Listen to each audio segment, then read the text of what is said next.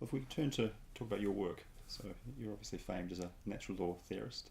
Could you explain to us the bare bones of new natural law theory, so-called? Well, yes, I don't like the term new natural law theory. It was invented by a very vigorously hostile critic, and has sort of stuck. I, in vain, complain about it and say, no, if it's new, it's a new classical theory.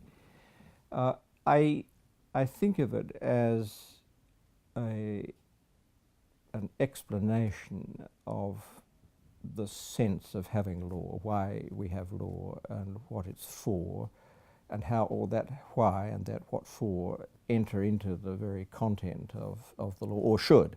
So law can go wrong, it can be diverted from what it should be for, and often has been, and spotting where it's going wrong and why it's going wrong, and what are the criteria for judging what's good law and bad law.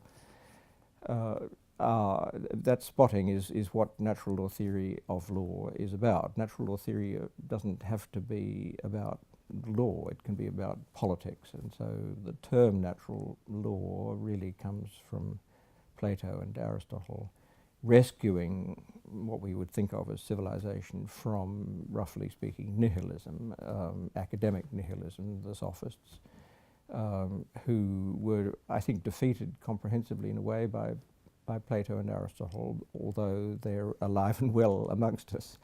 And a lot of what is called positivism in legal theory is really a kind of nihilism plus history. We've got this fact, power fact, successful government with a legal system, so let's give a picture of it.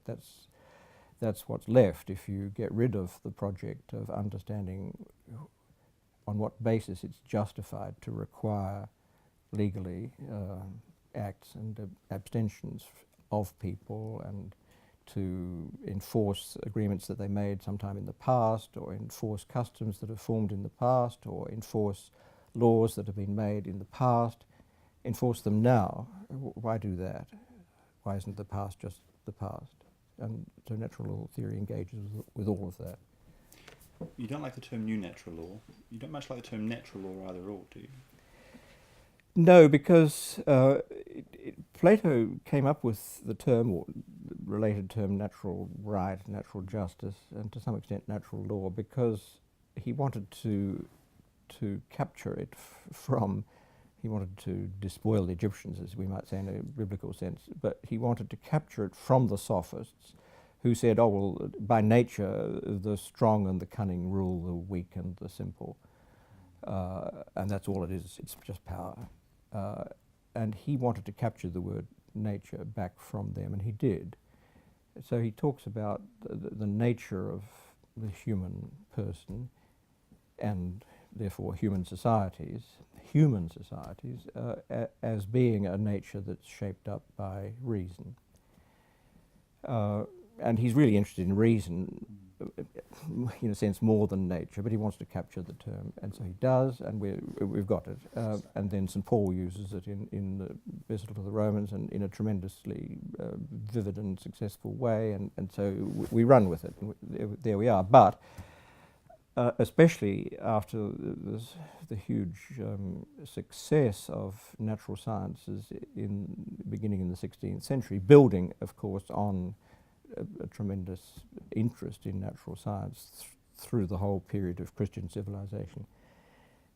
With that success of natural science, people's conception of what you might mean if you talk about natural law is thrown way off from what it actually is, namely, what reason requires of us, what we need to be reasonable in our choices and actions. And so really what one's probing is the first principles of rational thought about what to do. And so rationality, reasonableness is what it's really about, is the law of reason, rather than the law of something that someone might imagine of as just nature, what's given.